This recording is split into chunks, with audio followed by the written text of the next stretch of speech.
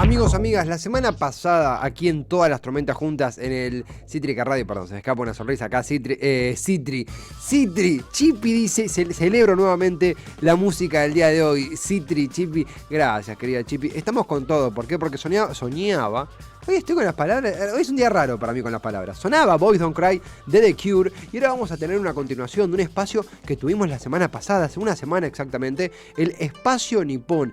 Jero Carolo, un conocedor, estudioso, curador de la historia japonesa, nos contó la base, el génesis de por qué en Japón mucha gente cae muerta literalmente de cansancio, fatigada, como en pocas partes del mundo, en el trabajo.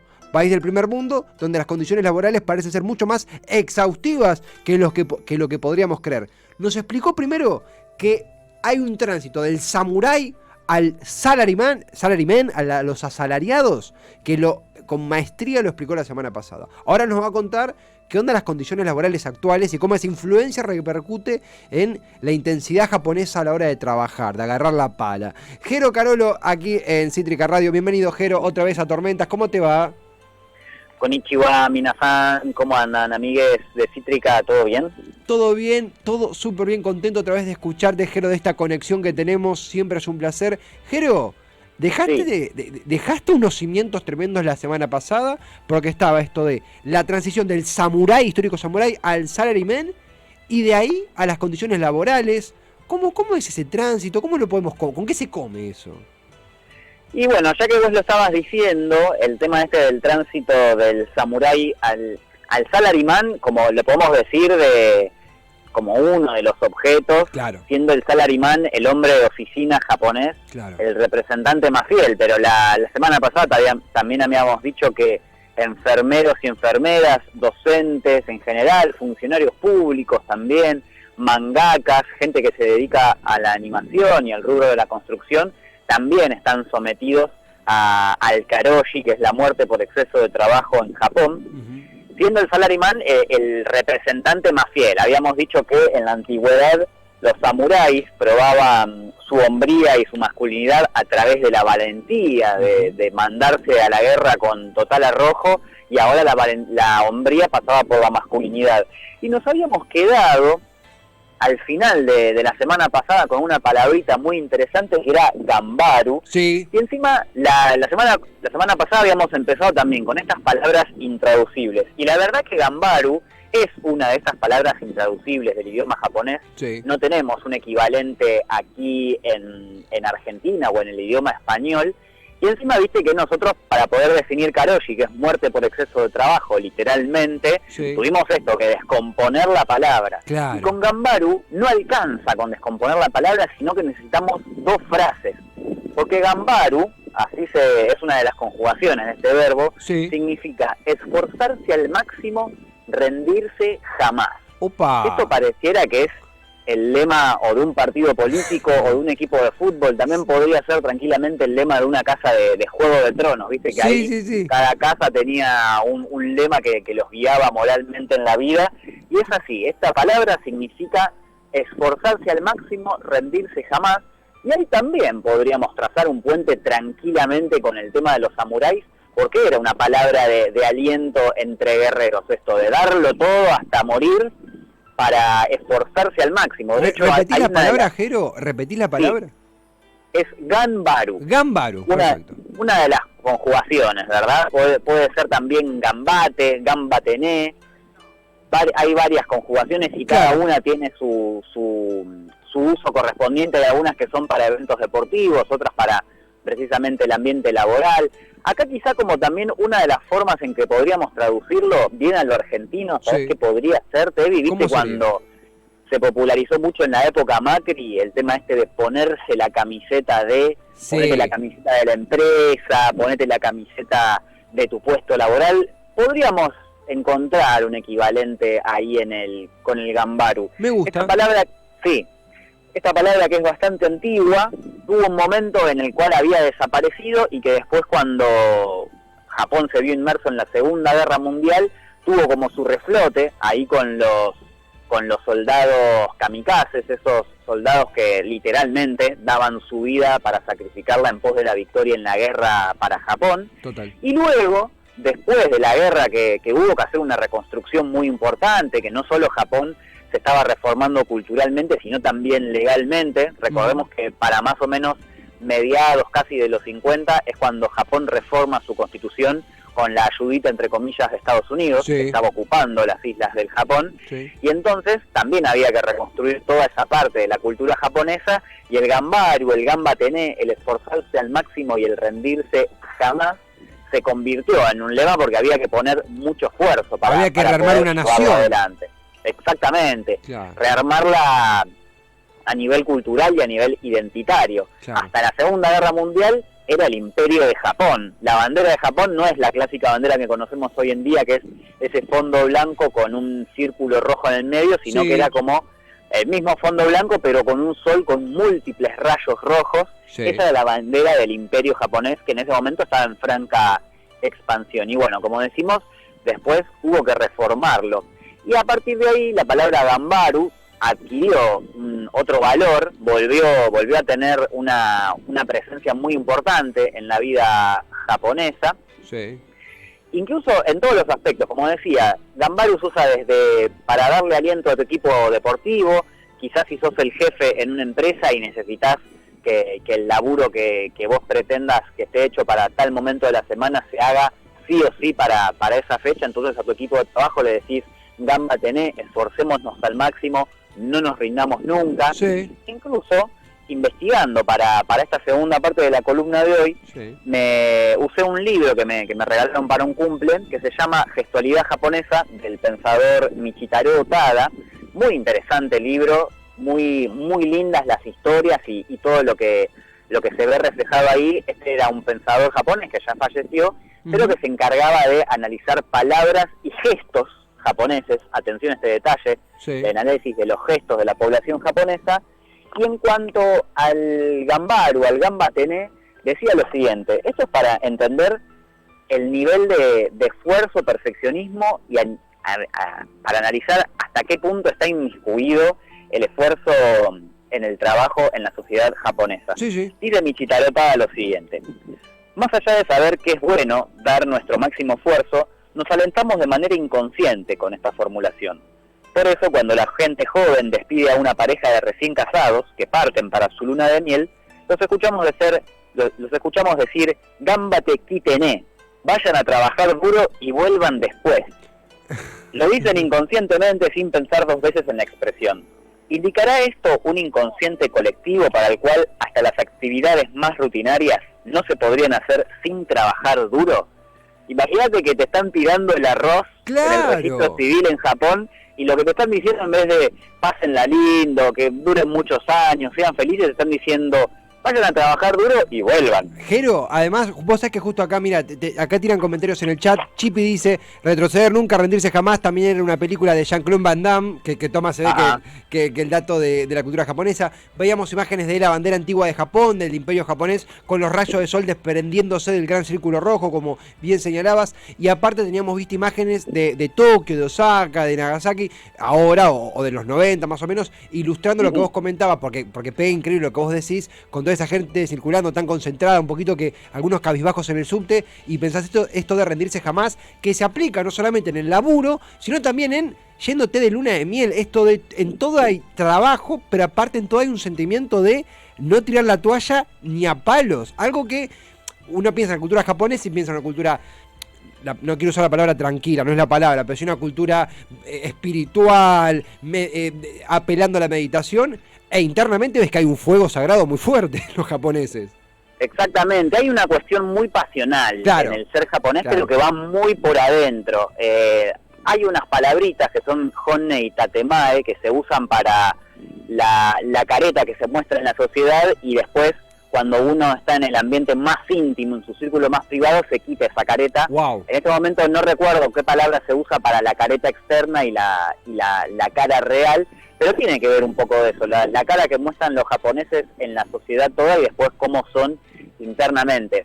Claro. Acá con esto volvemos, es increíble, ¿viste? Cómo vuelve el tema de los samuráis. Recordemos, la semana pasada habíamos hablado del Bushido, el camino del guerrero, este código de 7 ítems que regía la vida de los samuráis, pero que se aplicaba a toda la sociedad. O sea, si vos eras un artesano, un actor, un granjero, un carpintero, un constructor, tu vida también podía regirse por el bullido porque era un código moral muy amplio, no es que era un código solo de guerra. Esto llevado a todos los aspectos de la vida, desemboca también en esta manera de ser japonesa del perfeccionismo, del darlo todo, y ahí también entra en juego eso que vos decías, esto de la paz mental, esta sensación de tranquilidad que nos imparten los japoneses, que también les viene de la calma zen, desprendida del budismo, siendo una de las principales religiones de Japón. No sé si es la principal, pero es una de las a las cuales le rinden culto de manera más inconsciente. Todo eso viene de la época de los samuráis, de este grito de guerra del Gambaru, Gambate Kitene, que es esto de esforzarse al máximo, rendirse jamás, que si te pones a pensarlo, aplica perfectamente para la guerra, porque entre otros códigos que rigen la moral samurái, existe un librito que se llama el Hagakure, que tiene un nombre, la traducción es muy poética porque significa oculto entre las hojas, que eran las observaciones de un pensador japonés del siglo XVIII, si no me equivoco, sobre la vida del samurái. Y entre algunas de las cosas que dice es que el samurái debe ser capaz de generar un último acto de violencia aún después de haber perdido la cabeza. O sea, imagínate eso, esforzarse aún después de la muerte. Total. Y esto es muy interesante porque esta literatura que parte un poco de la guerra se aplica a la lógica empresarial. De hecho, el Hagakure y otro librito similar, que es el libro de los 5 anillos, muy hermanados con el libro del arte de la guerra de China, de Sun Tzu, que es uno de los grandes clásicos de la humanidad. Bueno, el libro de los 5 anillos y el Hagakure van por ese lado y son libros muy populares, ¿sabes en dónde? ¿En qué ambiente? ¿En qué ambiente?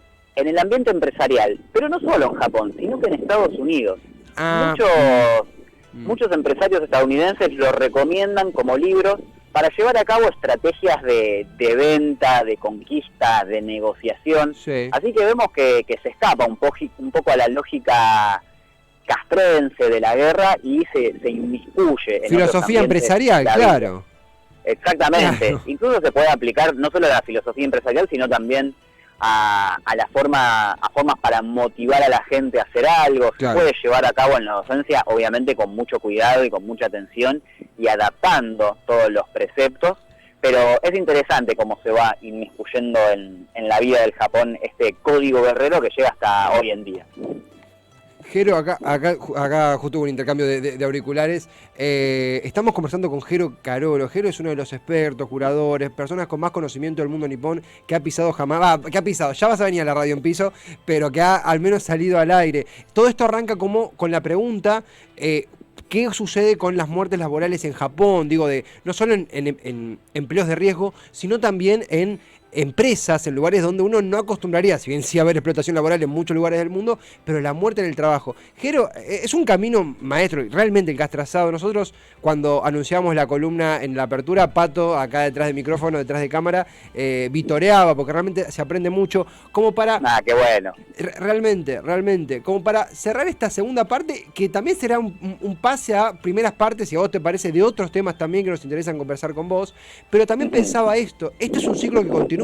Mismo vos comentabas que se importaba esta filosofía japonesa en libros, en coaching, en conferencias a los Estados Unidos. En ese sentido, me sale preguntarte desde tu lectura de esto. Uno puede decir, mirá qué piola la filosofía japonesa, rendirse jamás, esto hay que importarlo, yo soy jefe y lo aplico a mis empleados, o es como, banca porque tenemos casos de muertes laborales. Entonces, esto se aplica, esto hay que estudiarlo un poco mejor, esto es un caso estrictamente japonés. ¿Cómo recomendarías a un jefe que te consulte aplicar esta clase de filosofía, o crees que hay cosas que tiene pendientes todavía resolver en la vida japonesa? Yo creo que sí, que son cosas pendientes principalmente porque generan un daño en el ser japonés. Claro. No solo por el hecho obvio de que gente muere en el trabajo en condiciones de cansancio total. Recordemos, para que la gente no se asuste, si bien el karoshi existe, no es la norma en Japón. No es que vos, al entrar a trabajar en cualquier lugar en Japón, estás firmando tu sentencia de muerte. Claro. Pero sucede y es un hecho interesante. Y también está muy relacionado con el aislamiento social, o sea, los hikikomori, que son personas que durante toda su vida se ven sometidas a la presión en la escuela, la presión en el ambiente familiar, la presión en el ambiente universitario y secundario, y cuando se ven vislumbrando que su vida laboral va a ser exactamente igual de exigida que en todos los estamentos anteriores, deciden aislarse y darse de baja de la sociedad y viven recluidos en sus habitaciones, ni siquiera en sus casas. Son gente que vive con sus padres, mantenidos por sus padres en general, que les dejan la comida en la habitación y ni siquiera salen para lavar los platos. Así que yo creo que es algo que afecta más allá incluso del trabajo, porque es gente como esto, que encuentra como solución para evitar la explotación laboral, claro, el aislarse de la sociedad. Y no me parece una solución, no me parece que sea una solución del todo sana. Todo esto tiene no solo que ver con la explotación, sino también con el bullying. Hay una cuestión muy fuerte del bullying en la escuela, en la universidad, y aunque parezca extraño, en el trabajo también hay un bullying muy, muy fuerte. Allá gente grande, estamos hablando ya no de gente que está en una etapa de escolar, que obviamente no hay que desatender y que hay que prestarle muchísima atención, claro, sino que tus compañeros del laburo en tu oficina te pueden hacer bullying porque te tomaste vacaciones, porque te tomaste un día libre, porque sienten que ellos trabajan más que vos, porque hay que pagar sí o sí un derecho de piso en Japón.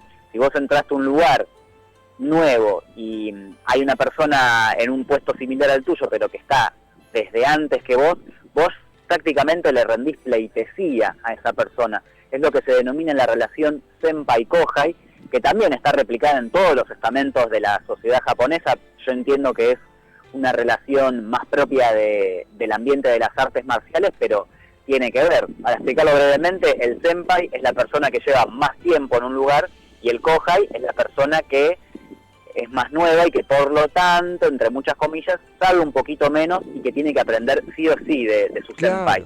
Claro. Creo que en The Office Dwight hace una mención obviamente muy jocosa de la relación senpai-kohai, pero allá se lleva a un extremo muy grande, muy abusivo. A veces la persona nueva se tiene que encargar de cosas delirantes, como por ejemplo, tu jefe quiere que todos los compañeros de oficina tomen un latte macchiato de una cafetería que queda a 15 cuadras, y tenés que ir a esa cafetería que queda a 15 cuadras. Más te vale que el café cuando llegue esté caliente, porque si no, ¿para qué fuiste? ¿Para qué estás trabajando con nosotros? Así que yo creo que son cosas, viste, muy inmiscuidas en la sociedad. Sí. Yo creo que con esto podemos tirar un piecito para una próxima columna. Claro. Japón se está intentando hacer cargo de todos estos problemas y por eso el año pasado creó un Ministerio de la Soledad. Sí, me acuerdo, sí. Entre otras cosas, tiene como tareas encargarse de solucionar el problema de los hikikomori, el problema del karoshi. También tiene que reactivar la economía regional y también tiene que reactivar la tasa de natalidad, que también es un problema en la sociedad japonesa. Así que por lo menos, sí. Que eso, me acuerdo del Misterio de la Soledad, me acuerdo de los memes, pero también en un momento como fiel estudiante de ciencia política pensaba, esto hay que estudiarlo. Yo no quiero intrometerme en tu agenda, pero es un tema que nos interesaría profundizar, que como bien decías vos, amerita una columna aparte porque son temas súper profundos y que realmente, o sea, francamente nos hace viajar, al menos radialmente, escuchándote, a una realidad que conocemos muy poco, pero que tiene aristas riquísimas, interesantísimas.